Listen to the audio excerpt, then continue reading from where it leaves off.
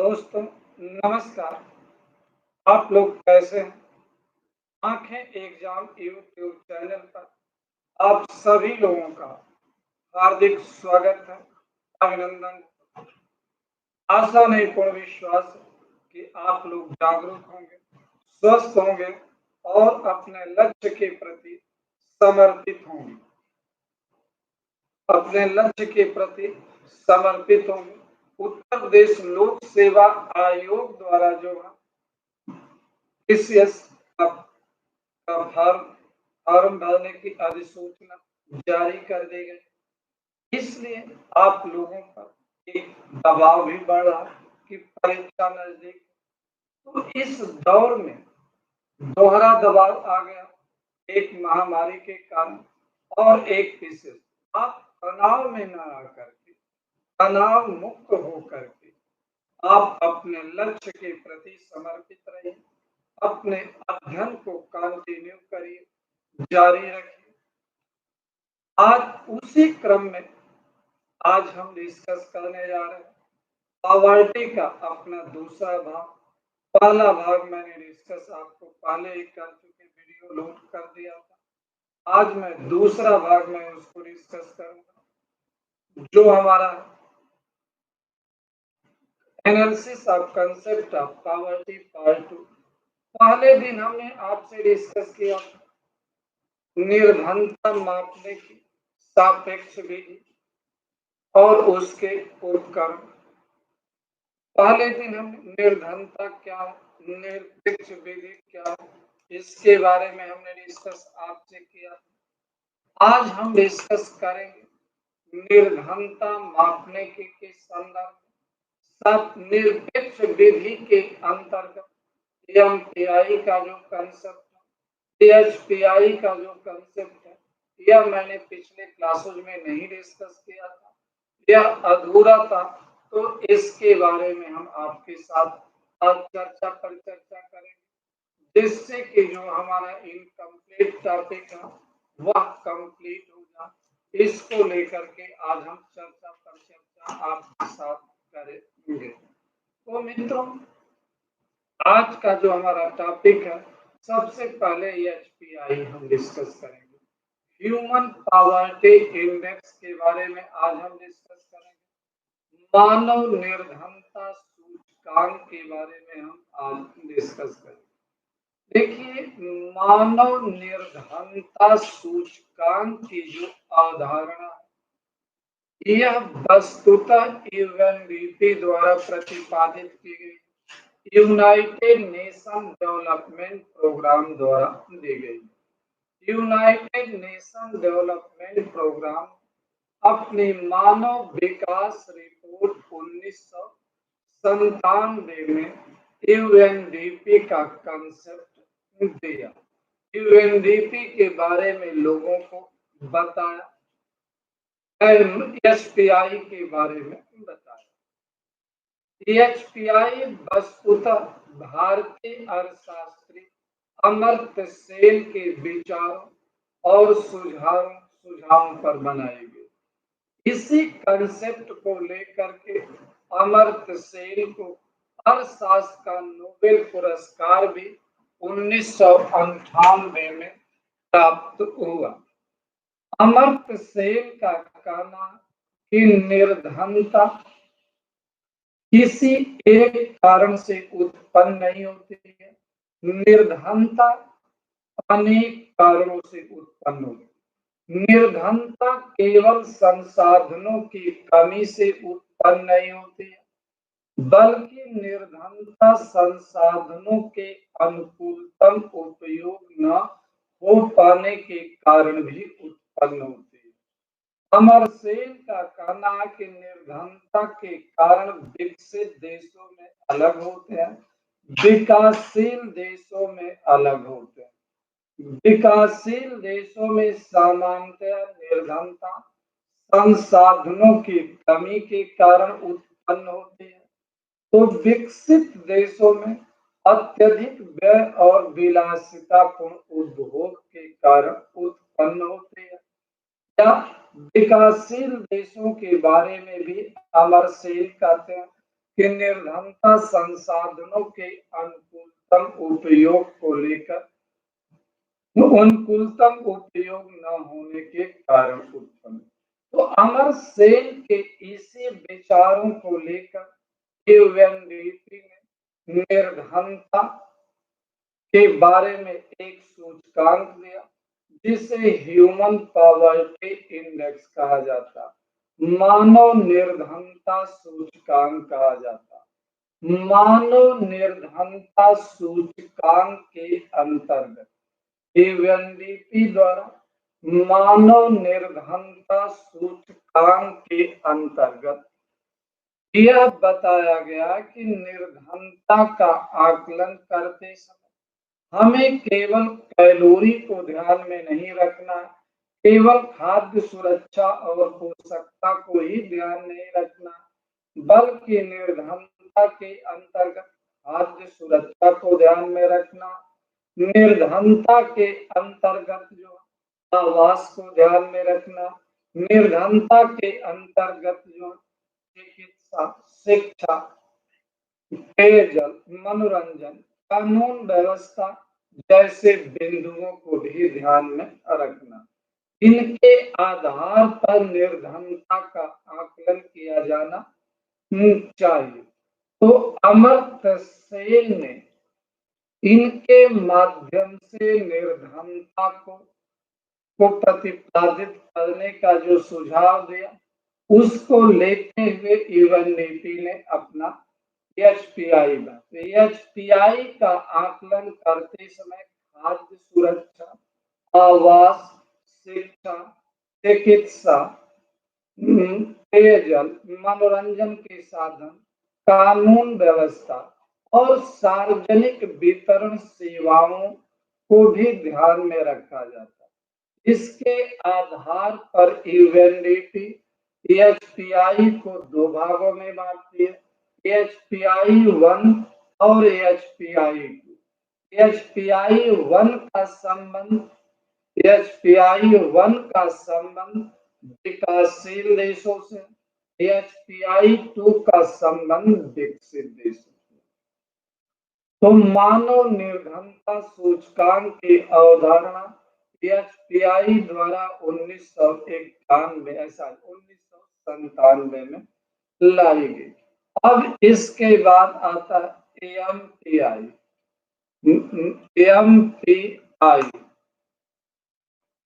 यह निर्धनता के संदर्भ में नवीनतम पैरामीटर है।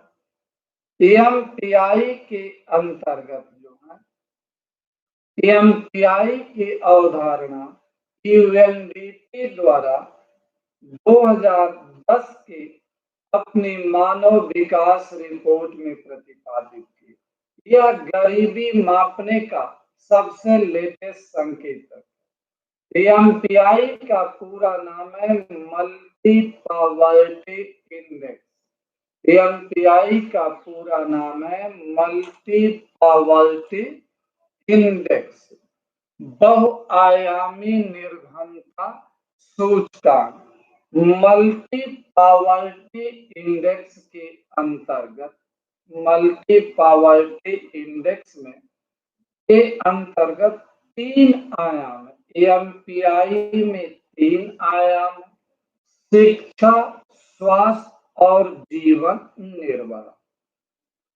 और इन 3 आयामों को 10 संकेतकों में बांटा गया।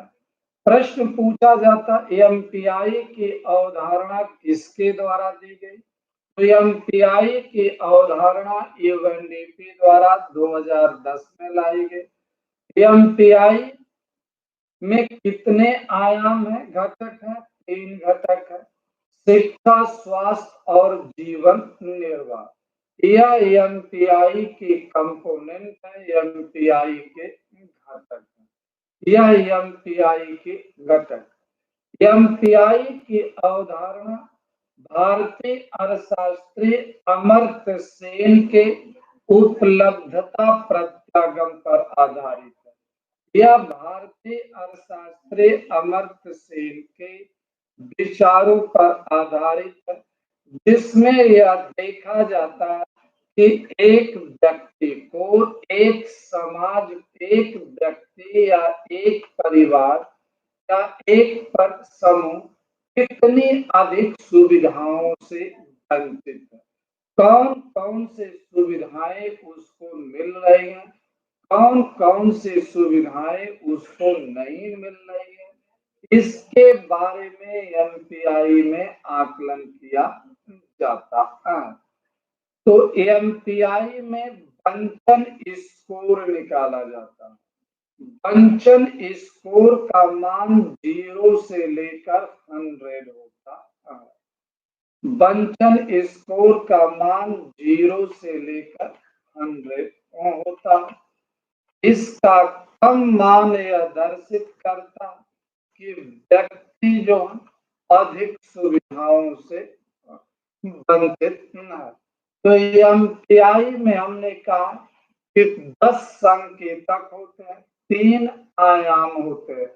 एमपीआई में 10 संकेतक और 3 आयाम, मतलब 3 आयामों को 10 संकेतकों में विभाजित किया जाता है। कौन कौन से 3 आयाम? शिक्षा, स्वास्थ्य और जीवन निर्वाह। शिक्षा को 2 भागों में बांटा गया। सकल नामांकन अनुपात की बात की जाती है और स्कूलिंग वर्ष की बात की जाती है। इनके बाद सकल नामांकन अनुपात में देखा जाता है कि ऐसे बच्चे जिनकी उम्र 4 वर्ष से 8 वर्ष के बीच है, उन बच्चों में से कितने बच्चों का स्कूल में एडमिशन हुआ, उन बच्चों में से कितने बच्चों का स्कूल में दाखिला हुआ, इसको हम सकल नामांकन अनुपात के अंतर्गत हम निकालते हैं। सकल नामांकन अनुपात में देखते हैं, सकल नामांकन अनुपात प्रति 1000 बच्चों के रिस्पेक्ट में निकाला जाता है। शिक्षा में दूसरा पैरामीटर है कि क्या संबंधित परिवार का कोई व्यक्ति, 5 संबंधित परिवार का कोई व्यक्ति, कोई सदस्य 5 वर्ष तक स्कूल में पढ़ा है या नहीं पढ़ा है, यह देखा जाता। अक्सर लोग एडमिशन लेकर के बीच में ही बच्चे छोड़ देते, तो शिक्षा में 2 संकेतक बनाया गया, स्कूलिंग वर्ष और सकल नामांकन अनुपात। दूसरा क्या? स्वास्थ्य, हेल्थ को बनाया गया। स्वास्थ्य के अंतर्गत जो होता है, स्वास्थ्य के अंतर्गत भी 2 पैरामीटर। स्वास्थ्य के अंतर्गत देखा जाता कि एक पोषण, क्या लोगों को पर्याप्त मात्रा में पोषण मिल रहा या नहीं मिल रहा। दूसरा बाल मृत्यु, ऐसे बच्चे जिनकी मृत्यु जन्म के 1 वर्ष से लेकर 4 वर्ष के बीच, 4 वर्ष तक हो जाते हैं, तो उन्हें बाल मृत्यु दर। तो बाल मृत्यु दर की स्थिति क्या, इनके आधार पर यहाँ देखा जाता। यदि परिवार में किसी बच्चे की मृत्यु हो गई जिनकी उम्र 1 वर्ष से लेकर 5 वर्ष के अंदर हो, तो इसे बाल मृत्यु दर के, मूलतः सामान्यतः 1 वर्ष से 4 वर्ष तक के बच्चों की मृत्यु को बाल मृत्यु दर। तो स्वास्थ्य में 2 संकेतक, जीवन निर्वाह स्तर में कुल 6 संकेतक। पहला हम आवास की बात करें कि उस व्यक्ति का मकान कैसा है, पक्का है, कच्चा है, झोपड़ी है, 1 मंजिला है, 2 मंजिला, इसके बारे में देखा जाता। दूसरा देखा जाता कि उस परिवार में प्रकाश की व्यवस्था, लाइट की व्यवस्था क्या विद्युत कनेक्शन उस परिवार में, क्या वह लाइट के लिए लालटेन का प्रयोग कर, क्या वह लाइट के लिए जो है मोमबत्ती का, कैसे अपने घरों में लाइट ले रहा, इसको देखा जा। तीसरा ईंधन को देखा जाता कि उस परिवार में खाना कैसे बन रहा है, इसका अध्ययन ईंधन के गैस पर बन रहा, लकड़ी पर बन रहा, उपला पर बन रहा, या कौन से तौर तरीके के माध्यम से खाना बनाए जा रहे, इसके फिर देखा जाता पेयजल, उस घर में पीने के पानी की का स्रोत क्या है, क्या वह नलकूप का पानी पी रहा, कुएं का पानी पी रहा, या सरकार द्वारा सप्लाई किए जाने वाले जल निगम के पानी पी, या कहाँ से पानी ला रहा, इसके बारे में देखा। फिर अगला पांचवा कंपाउंड इंडिकेटर सुविधा, स्वच्छता को ध्यान, उसके घर में टॉयलेट है कि नहीं है, टॉयलेट के लिए उस परिवार के लोग दैनिक सुविधा के लिए कहाँ जाते हैं, घर के अंदर सुविधा या घर के बाहर जाते हैं इत्यादि के, क्या वो शौचालय का सामूहिक शौचालय का प्रयोग करते हैं या नहीं, इनके बारे में।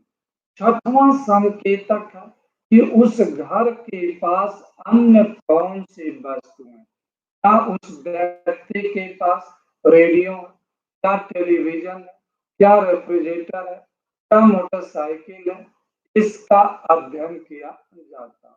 इसके बाद बंटन स्कोर निकाला जाता। अगर किसी भी परिवार का बंटन स्कोर 1/3 से कम हो जाता है तो उसे माना जाता है कि वह परिवार वंचित है, वह परिवार गरीब है। इसके बारे में जो है अब निकाल, तो एमपीआई के संदर्भ में यूएनडीपी द्वारा अपने मानव विकास रिपोर्ट में प्रत्येक वर्ष आंकड़ा जारी किया जाता है। सामान्य यूएनडीपी आपसे पूछा जाए कि एमपीआई में कितने संकेतक हैं, तो उत्तर आप देना कि एमपीआई में 10 संकेतक। क्या सभी संकेतकों को इक्वल वेटेज दिया गया, तो आपका उत्तर होना चाहिए नहीं, एमपीआई में सभी संकेतकों को इक्वल वेटेज नहीं दिया गया, सभी आयामों को इक्वल वेटेज दिया गया। एमपीआई में बंटन स्कोर निकाला जाता, बंटन स्कोर का मान 0 से 100 के बीच होता है, यह एमपीआई। अब हम अंतरराष्ट्रीय गरीबी रेखा, आपको पिछले लेक्चर में संभवतः नहीं डिस्कस, तो अब अंतरराष्ट्रीय गरीबी रेखा, अंतरराष्ट्रीय गरीबी रेखा को विश्व बैंक द्वारा प्रतिपादित किया गया, फॉर्मुलेटेड किया गया। अंतरराष्ट्रीय गरीबी रेखा का प्रतिपादन विश्व बैंक द्वारा किया गया है। International poverty line defined by world bank.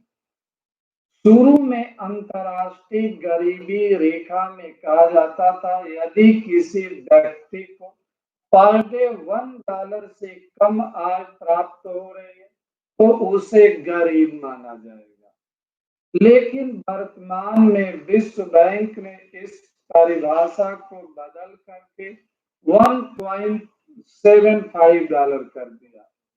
जैसे जैसे महंगाई बढ़ी, लोगों की आय बढ़ी, गरीबी रेखा के पैरामीटर में भी बदलाव हो रहा, तो वर्तमान में $1.75 को इंटरनेशनल पॉवर्टी लाइन कहा जाता। अब हम आएंगे भारत में गरीबी मापने के लिए गठित गरीबी के आकलन के लिए बनाई गई प्रमुख समितियों, जिसमें से मुख्य रूप से हम 3 समितियां डिस्कस करेंगे, लकड़वाला समिति, तेंदुलकर समिति और रंगराजन समिति। तो गरीबी के संदर्भ में भारत में 3 समितियां बनाई गई, लकड़वाला समिति, तेंदुलकर समिति और लकड़वाला समिति, तेंदुलकर समिति और कौन से रंगराजन समिति। देखिए देश में एलपीजी की प्रक्रिया लागू होने, देश में आर्थिक उदारीकरण के कार्यक्रम को लागू होने, नई आर्थिक नीतियों के लागू होने के बाद योजना आयोग के तत्कालीन योजना आयोग के पूर्व उपाध्यक्ष बीपी लकड़वाला की अध्यक्षता में एक समिति बनाई गई। योजना आयोग के तत्कालीन उपाध्यक्ष बीपी लकड़वाला की अध्यक्षता में एक समिति बनाई गई थी। इस समिति का मुख्य उद्देश्य था यह पता लगाना कि भारत में गरीबी की स्थिति क्या है, क्या गरीबी के संदर्भ में तौर तरीकों में बदलाव लिया जाए गरीबी आकलन करने के संदर्भ में। तो इसके बाद जो है, इसको लेकर जब लकड़वाला समिति ने काम करना शुरू किया तो लकड़वाला समिति ने अपने प्रतिवेदन में यह रिपोर्ट सरकार को दिया। सरकार को यह बताया कि भारत में गरीबी रेखा की संकल्पना 32+1 के पैटर्न पर होनी चाहिए, 32+1 के पैटर्न पर क्यों होनी चाहिए? ऐसे उस समय देश में 25 राज्य और 7 केंद्र शासित प्रदेश थे, तो 25 और 7 जोड़ोगे तो 32 होगा। और वन नेशनल पॉवर्टी लाइन के संदर्भ में उसने कहा, तो लकड़वाला कमेटी का कहना था कि भारत में गरीबी रेखा 32+1 के कंसेप्ट, मतलब राज्यों के लिए गरीबी रेखा अलग होनी चाहिए, सभी राज्यों के लिए गरीबी रेखा अलग हो और एक राष्ट्रीय स्तर पर होनी चाहिए, क्योंकि सभी राज्यों की परिस्थितियां एक जैसी नहीं। राज्य सरकार भी अपने स्तर पर गरीबी रेखा को डिफाइन करे, उसका एक महत्वपूर्ण सुझाव। दूसरा, लकड़वाला कमेटी ने कहा कि भारत में शहरों की गरीबी रेखा और ग्रामीण क्षेत्रों की गरीबी रेखा को मापने के लिए अलग अलग मापदंड प्रयोग। शहरों के लिए औद्योगिक श्रमिकों के उपभोक्ता मूल्य सूचकांक को प्रयोग में लाया जाना, गांवों के लिए शहरी श्रमिक, गांवों के लिए कृषि श्रमिकों के उपभोक्ता मूल्य सूचकांक को प्रयोग में लाया जाना। इसके आधार पर हमें गरीबी का मापन किया जाना चाहिए। एक और लकड़वाला फार्मूले में जब गरीबी का आकलन किया गया तो कहा गया कि भारत में गरीबी रेखा के नीचे रहने वाले लोग 35.9% है, मतलब लगभग 36%। तो लकड़वाला फार्मूले में जो सुझाव दिया गया था उसे भारत सरकार ने 9th 5 ईयर प्लान के दौरान मान लिया। 9th 5 ईयर प्लान के दौरान भारत सरकार ने इसे स्वीकार कर लिया। इसके बाद 2001 में योजना आयोग ने गरीबी को लेकर एक रिपोर्ट जारी किया 2001 में, जिसमें योजना आयोग की रिपोर्ट में कहा गया कि भारत में गरीबी रेखा के नीचे रहने वाले लोगों की संख्या निर्धनता अनुपात 26.10%। तो देश को लगा, लोगों को लगा कि देश में जो इकोनॉमिक रिफॉर्म चल रहा उसके कारण जो है एक सकारात्मक परिवर्तन आ रहा, देश में गरीबी में गिरावट आ रही है, एक संतुलन। इसके बाद भारत में गरीबी आकलन के लिए विधियों में थोड़ा बदलाव किया गया। क्यूआरपी के साथ साथ एमआरपी को प्रयोग में लाया जाने लगा। दोनों को पहले हम आपको बताएं कि यूआरपी में जो होता है केवल खाद्यान्न और उससे संबंधित वस्तुओं के संदर्भ में देखा जाता कि एक परिवार 30 दिन में खाद्यान्न एवं संबंधित वस्तुओं पर कितना खर्च कर रहा, इसके बारे में देखा जाता, जबकि एमआरपी में यह देखा जाता है कि एक परिवार 365 दिन में 5 गैर खाद्यान्न वस्तुओं पर कितना खर्च कर रहा, इसको लेकर के देखा जाता। तो एमआरपी के अंतर्गत जो होता है, एमआरपी में जो है 5 गैर खाद्यान्न, यूआरपी में केवल कर। तो वर्तमान में गरीबी भारत में एमआरपी और यूआरपी के आधार दोनों पर कैलकुलेट की जा रही। 10वीं पंचवर्षीय योजना के दौरान और उसके बाद यह विवाद उठना शुरू हुआ कि भारत में गरीबी बढ़ रही है। तो इस पर अध्ययन करने के लिए सुरेश तेंदुलकर की अध्यक्षता में एक कमेटी बनाई गई। सुरेश तेंदुलकर ने अपने रिपोर्ट में कहा कि भारत में निर्धनता रेखा भारत में निर्धनों की संख्या में वृद्धि हो रही है। सुरेश तेंदुलकर रिपोर्ट ने एमआरपी, यूआरपी और एमआरपी दोनों के आधार पर जो गरीबी का आकलन करने का प्रयास किया। सुरेश तेंदुलकर आयोग की रिपोर्ट में स्पष्ट तौर पर बताया गया कि भारत में जो है गरीबी रेखा के नीचे रहने वालों की संख्या में वृद्धि हुई है, जो लगभग 38% सुरेश तेंदुलकर आयोग की रिपोर्ट में यह बताया गया। सुरेश तेंदुलकर आयोग ने बहुआयामी आधार पर गरीबी रेखा को मापित करने का प्रयास किया। उन्होंने ग्रामीण क्षेत्रों के लिए एमपीसी 816 रुपए और शहरी क्षेत्रों के लिए एमपीसी को 1000 रुपए माना। तो सुरेश तेंदुलकर ने कहा कि सुरेश तेंदुलकर समिति की सिफारिशों के मानकों के आधार पर भारत में 2011-12 में गरीबी का जब नए सिरे से आकलन किया गया तो यह पाया गया कि भारत में शहरी गरीबी 13.7% है और ग्रामीण गरीबी 25.7% है।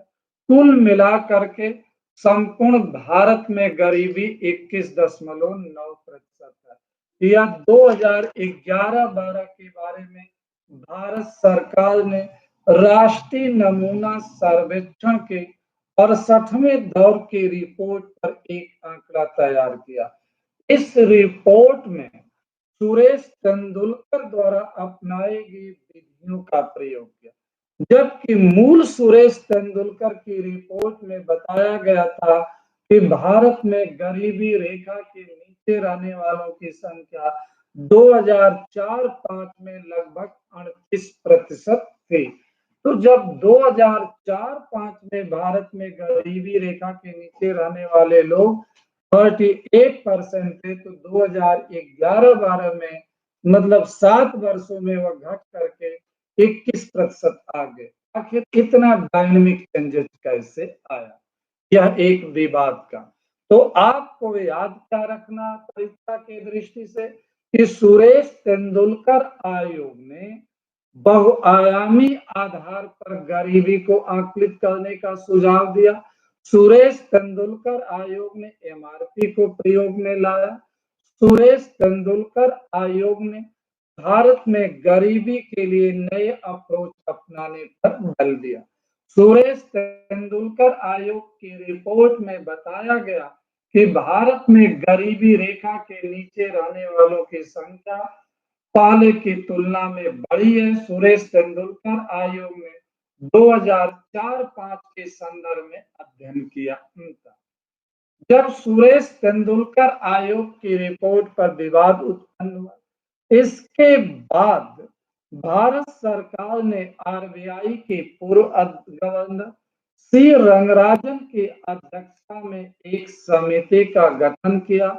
सी रंगराजन ने अपने प्रतिवेदन में यह बताया, सी रंगराजन ने अपनी रिपोर्ट में यह बताया कि भारत में गरीबी का माप करते समय केवल कैलोरी को आधार नहीं माना, बल्कि प्रोटीन और वसा को भी प्रयोग में लाना चाहिए पोषक तत्वों में।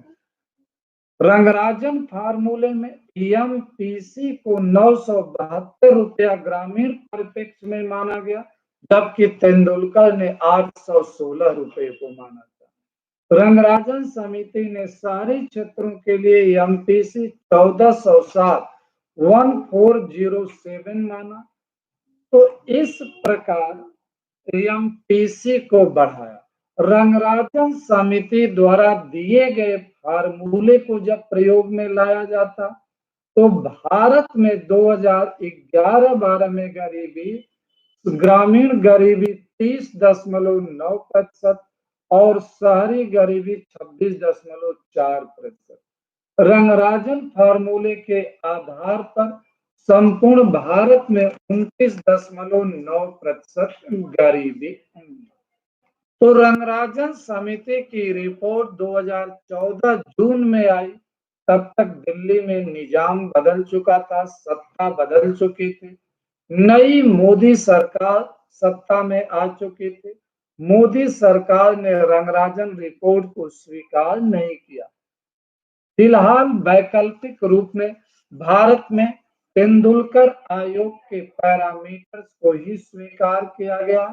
तेंदुलकर आयोग की सिफारिशों के आधार पर कैलकुलेशन किया जा रहा। उनके अनुसार 2011-12 में भारत में ग्रामीण क्षेत्रों में 25.7% और शहरी क्षेत्रों में 13.7% जनसंख्या गरीबी रेखा के नीचे जीवन यापन कर रही थी। तो यह आंकड़ा हुआ गरीबी को लेकर। वर्तमान में गरीबी को लेकर नीति आयोग का एक कार्यबल काम कर रहा है और जो गरीबी को परिभाषित करे।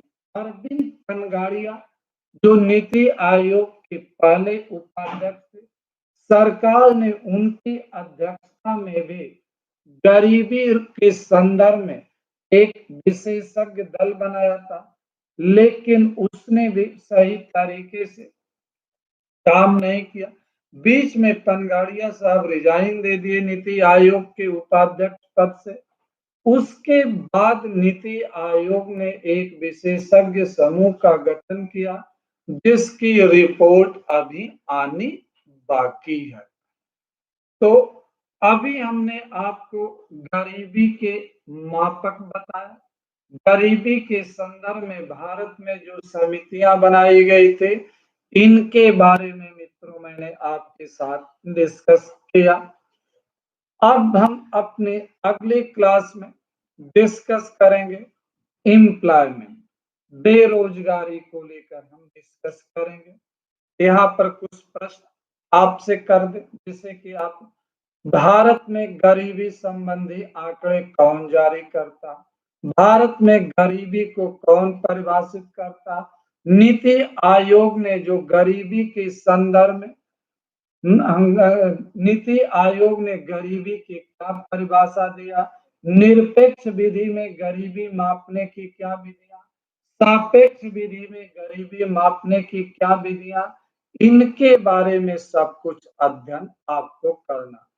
गरीबी के संदर्भ में एक कंसेप्ट पूछ लिया जाता है, निर्धनता का दुष्चक्र, विशेष सर्किल ऑफ पॉवर्टी। तो आपसे यह निर्धनता के दुष्चक्र का प्रतिपादन किसने किया?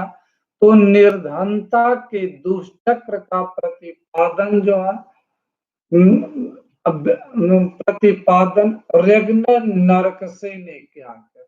नर्कसे ने निर्धनता के दुष्चक्र का प्रतिपादन किया, जिसमें यह कहा जाता कि कोई व्यक्ति गरीब इसलिए है कि वह गरीब है।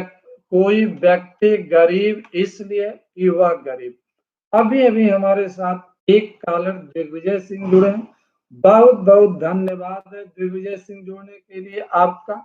आशा नहीं पूर्ण विश्वास है कि आप स्वस्थ एवं मस्त होंगे। धन्यवाद दिग्विजय। तो गरीबी का दुष्चक्र में बताया जाता कि कोई व्यक्ति इसलिए गरीब है क्योंकि वह गरीब है। अपने आप में बड़ा अटपटा गरीबी आर्थिक क्रियाओं का एक दुष्चक्र है। गरीबी का कारण भी गरीबी है और गरीबी का परिणाम भी गरीबी। जब एक व्यक्ति गरीब होता है तो उसके पास संसाधनों की कमी होती है, उसकी आय कम होती है।